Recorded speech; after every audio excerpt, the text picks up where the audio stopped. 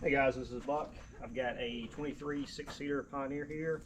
This video is going to be a difference of the Pioneers. The original 1000 came out in 2016 up to today. What the changes are, differences. So if you're interested, whether you're shopping for a new or a used or comparing model years, I'm going to go through and show the updates for this new 23.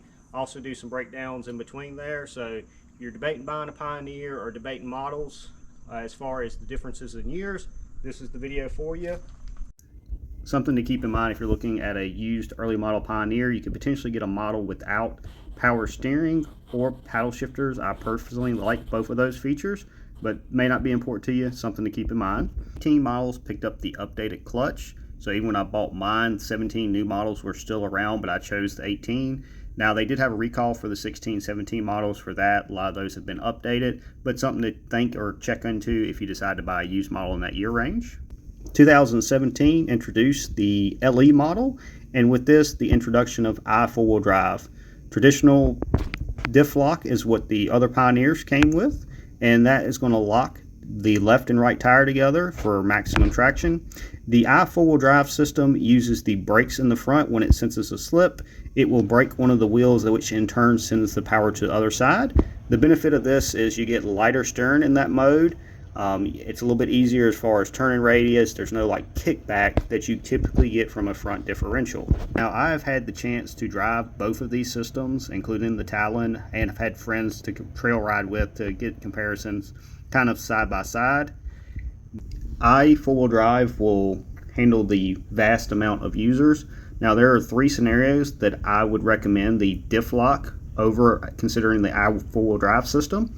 One, if you're a full send it type person where you're putting one or two wheels up in the air and you want that consistent pull that the diff lock has versus the slight pause effect with the four-wheel drive catching up with braking. Two, if you're the serious mudding type where you're constantly in the mud, those brakes are just working against the drivetrain. You're wearing pads out faster. And then three, if you're going to be one to absolutely build a machine out, check the availability of how you want to build it and what's available for it. The four-wheel drive has a different front axle, so it's the aftermarket and some of the support ain't there. Just something to keep in mind for your choice.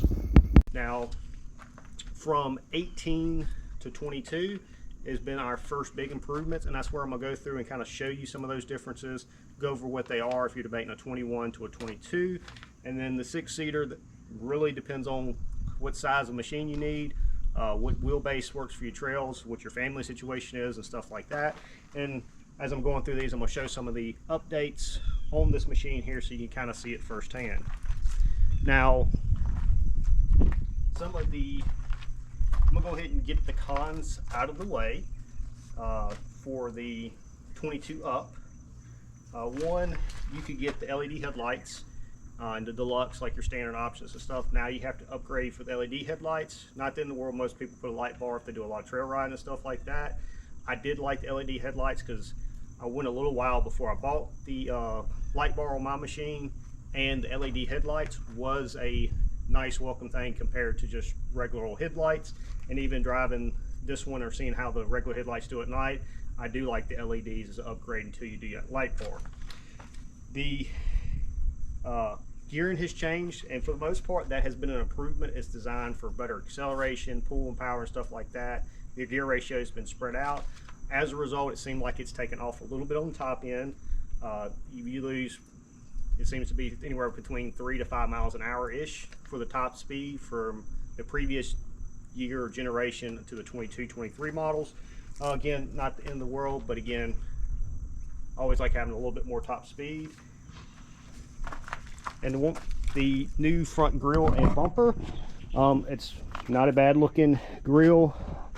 I almost do prefer the previous style bumper and grille.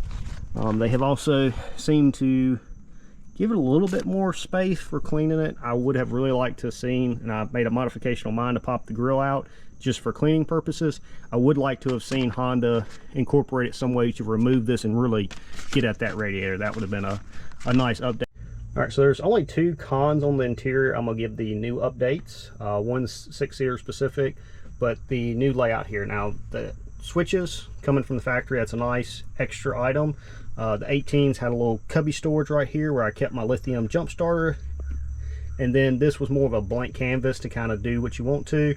I would have to do a little bit different setup as far as my switches and controls if I had as many electronics in a 23 as I did the 18. Again, not the end of the world, but just a little bit different layout, how you do stuff or figure some stuff out. And I kind of liked having my 2 extra cup holders right here as well. Now, the 6-seater part here, most people this will not bother, but being open. Now, if you hunt, fish, you like throwing stuff up here on your bench seat, again, that's something to slide here. When my fiance seen the 6-seater, she immediately said no for the dog, because she wouldn't want her leg to slip behind or something while we're trail riding, or she gets hung up in here while we're bumping down the trail. Whereas if you see the back section there, that's more like how the front is, which now the engine is back here instead of underneath here. So that's the reason Honda did it, but that was more advantageous as far as stuff not getting lost, or with us having a dog riding in the middle in the front.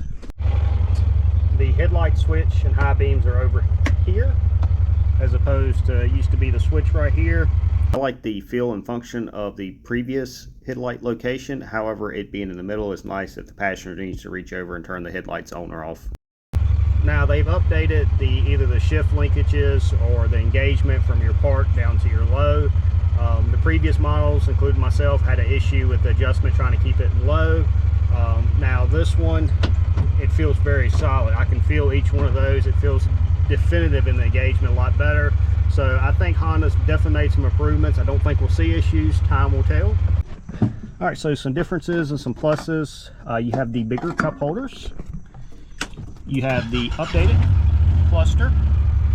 Now with the cluster, it now has a clutch temperature indicator, which is nice to know, because before you wouldn't know until your check engine light started flashing if it was an overheating clutch or something like that. And again, unless you're out in the middle of nowhere trying to count flashes from that check engine light, it's kind of hard to know what your issue is. This is saying, just like a temperature gauge, hey, you're getting your clutches hot, stop, let them cool down.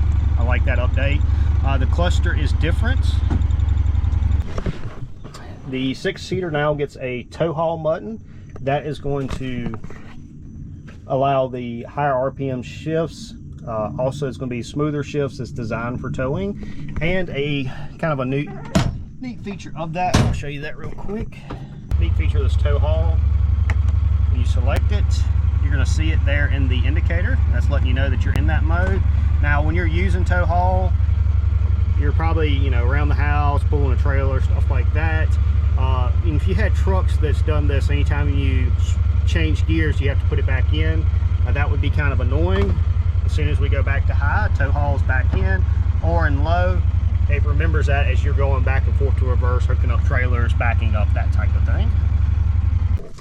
From the factory, you do have the option for the rear view mirror. This is different than the 18. There was nothing here, but that's a factory option to add a rear view mirror. Just like you see here, it's not hard to add a aftermarket either.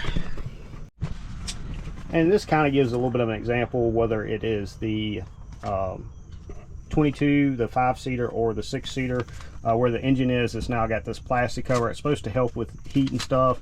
Both models have a little bit of an indentation there, so yeah, you can throw little odd and end items, gloves, stuff like that underneath there.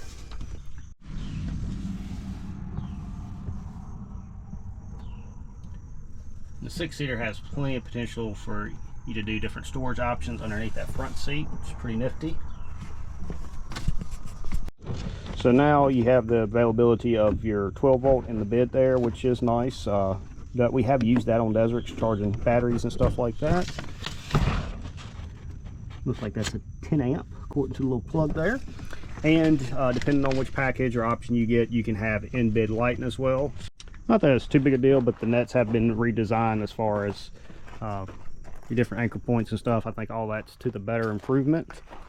They've updated the ender fenders here. That's supposed to be better as far as helping protruding sticks and stuff like that. Now, any design improvement is welcome. I would not count on this to stop a big stick or anything like that. It's still a plastic ender fender, so if there's some options out there for some metal upgrades, depending on the type of riding you do, that might be something still to look into. The radiator and fan has been upgraded to a bigger unit. Alright, so the power steering input has increased up to 50%. Now if you have a 6-seater and it got more weight, if you decide to run bigger tires and stuff, that's a welcome upgrade there. This steering box itself has, as far as I can tell, stayed the same part number there. The tie rods have been upgraded, so that you can see that's a little bit more straight. The previous ones were known to kind of been fairly easy. Now the upside of that, tie rods are pretty easy to change. If it's it creates a breaking point somewhere else, that's a problem too. But the tie rods themselves is definitely an upgrade.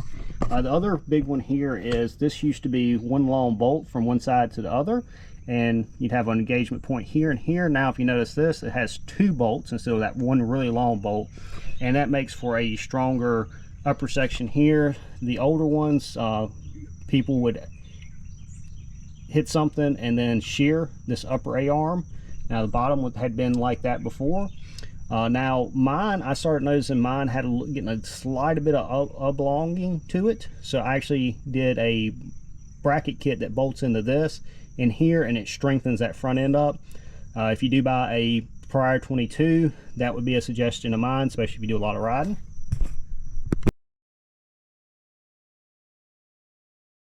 It's now a 1-piece frame instead of a 2-piece. It's probably structurally stronger. Now if you was to hit the front or the back and you had to do a frame replacement, you'd have to take everything off the machine versus maybe the section that needs to be replaced. Is the only downside I can see of that. I'm sure Honda did the 1-piece for structural reasons.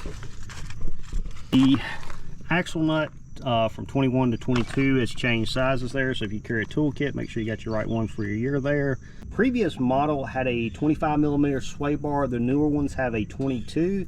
I'm guessing Honda did that probably because they're wanting this suspension to flex or sway a little bit more for off-road scenarios, but still have the sway bar for on speed, higher speed moving, that type of stuff. Now, saving the best for last, I'm going over my favorite and most important updates for the new model Pioneer. Already hinted, the first one is the gear selector. The updated linkages there feel a lot more solid. I think that's going to be a lot more of a reliable design and getting that engagement low. The gear ratios themselves, it has a wider gear ratio. It has overall more pulling power. Top end may have took a nick there, but I think the exchange there is worth it. Also, it has a lower gear for reverse. Prior generations can do the Talon swap. I did that myself to help get that vehicle moving reverse, especially in tough terrains. The vehicle has an extra 500 pounds of towing capability. That's a 25% increase, and I think that's directly contributed to the updated clutches. The new updated clutches feel phenomenal. The engagement feels just that much better. I think Honda's done an awesome job there. Last one is an amazing one more horsepower by updated valve timing and throttle body updates. Now that doesn't sound like a lot. Again, it's not the peak horsepower, it's what that power band looks like, and it's an 8% increase in the mid to upper range, which is a nice improvement. So those are the main ones at the very end. That's the biggest ones, would be my factor. Hey Brody, Sound off in the comments. Let me know what your favorite changes were, what you didn't like, what would you like to see Honda maybe incorporate on their next update. If y'all like this video, please like, share, and subscribe. Hope y'all have a good one. carrots will make it look too easy.